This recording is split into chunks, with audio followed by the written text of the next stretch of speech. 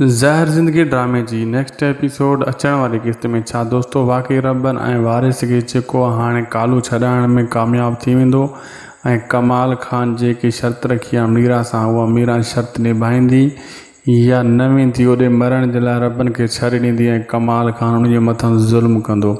छा next episode में जेको आहे वारिस ऐं रबन कालू जे हथां बची ऐं हैबत जे हथां बची करे मतलब इन जी मदद सां हितां निकिरण में कामयाब थींदा या न थींदा।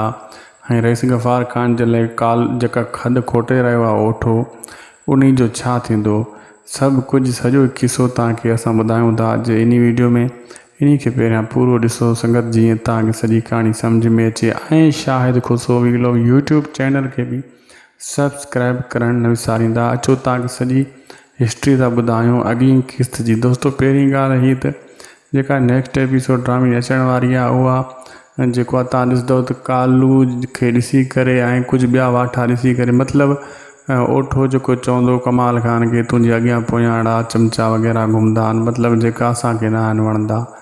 ऐं का इहो ॻाल्हि कंदो आहे कमाल खान त जेको आहे पाण वणाईंदा आहिनि अहिड़ा माण्हू छो त कालू अहिड़ियूं ॻाल्हियूं कंदो कमाल खान जे अॻियां जीअं रबन ताईं पुॼां त ओठे खे हिते कावड़ लॻंदी आहे। अहिड़े हिसाब सां कालू हैबत सां बि मिलियल आहे मतिलबु वॾी कोशिशि कंदो त रबन ऐं हितो कमा इन खे वारिस खे कढायां इन कीअं बि करे क़ैद मां कोशिशि पंहिंजी पूरी कंदो रहंदो कालू छो त इहे ॿई बची विया त पोइ रईस गफ़ार खान बि बची वेंदो। ऐं इहा कालू पंहिंजी भरपूर कोशिशि कंदो अॻी क़िस्त में बि ऐं कंदो रहंदो ऐं जेको आहे हैबत थी सघे थो अॻी क़िस्तनि खां पोइ मतां कालू जो साथ ॾे।